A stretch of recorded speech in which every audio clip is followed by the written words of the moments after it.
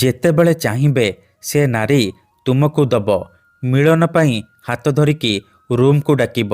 କେବଳ 3 ଥର ତାର ନାମ କହି 3ଟି ଲବଙ୍ଗରେ ପରିସ୍ରା କରିଦିଅନ୍ତୁ। ତାପରେ ଦେଖିବେ ଚମତ୍କାର। ଆଜ୍ଞା ହଁ, ଆପଣ ସମସ୍ତଙ୍କର ଇଚ୍ଛା ଥିବ ସୁନ୍ଦରୀରୁ ସୁନ୍ଦରୀ ଝିଅକୁ ପଟେଇବା ପାଇଁ, ସୁନ୍ଦରୀ ବିବାହିତା ନାରୀକୁ ପଟେଇବା ପାଇଁ, ତାଠାରୁ ନିଜର ମନ ମୁତାବକ କାମ ହାସଲ କରିବା ପାଇଁ। କିନ୍ତୁ ଇଏ ଏତେ ସହଜ ନୁହେଁ।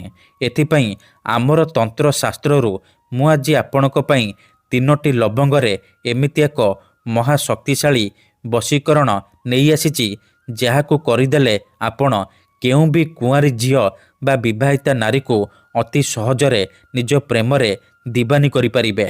ଏହି ବଶୀକରଣ କରିବା ପାଇଁ ଆପଣଙ୍କୁ କୌଣସି ପ୍ରକାର ମନ୍ତ୍ରତନ୍ତ୍ର କରିବାକୁ ପଡ଼ିବନି କିମ୍ବା କିଛି ବି ପଇସା ଖର୍ଚ୍ଚ କରିବାକୁ ପଡ଼ିବନି। କେବଳ ଯେଉଁ ଝିଅ ବା ନାରୀକୁ ଆପଣ ବଶରେ କରିବାକୁ ଚାହୁଁଛନ୍ତି ତାର ନାମ 3 ଥର କହିକି 3ଟି ଲବଙ୍ଗରେ ପରିସ୍ରା କରିବାର ଅଛି।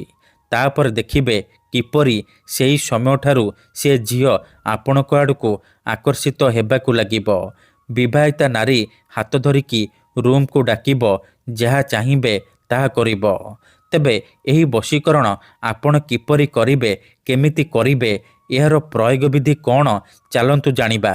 ମନେ ରଖନ୍ତୁ, ଏହି ବଶୀକରଣ ବିଧିକୁ ଆପଣ କେବଳ ଶନିବାର ଦିନ କରିବେ। ପ୍ରଥମେ ଆପଣ କ'ଣ କରିବେ, 3ଟି ଲବଙ୍ଗ ଆଣିବେ।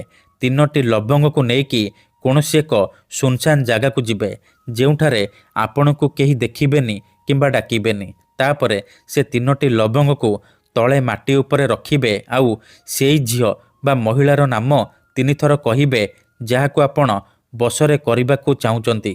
3 ଥର ଝିଅ ବା ମହିଳାର ନାମ କହିସାରିବା ପରେ ଆପଣ ସେ 3ଟି ଲବଙ୍ଗ ଉପରେ ପରିସ୍ରା କରିବେ। ପରିସ୍ରା କରିବା ସମୟରେ ଆପଣ ତାସିନ୍ ତାସିନ୍ ମର୍ତାସିନ୍, ତାସିନ୍ ତାସିନ୍ ମର୍ତାସିନ୍, ତାସିନ୍ ତାସିନ୍ ମର୍ତାସିନ୍, ଏହି 3ଟି ଶବ୍ଦକୁ 3 ଥର ପଢ଼ିବେ। ଏତିକି କରିସାରିବା ପରେ ଚୁପଚାପ ଘରକୁ ଫେରିଆସିବେ। ଗ୍ୟାରେଣ୍ଟି ଦେଉଛି ସେହି ସମୟଠାରୁ ସେ ଝିଅ ବା ବିବାହିତା ନାରୀ ଆପଣଙ୍କ ଆଡ଼କୁ ଆକର୍ଷିତ ହେବାକୁ ଲାଗିବ। ଧନ୍ୟବାଦ।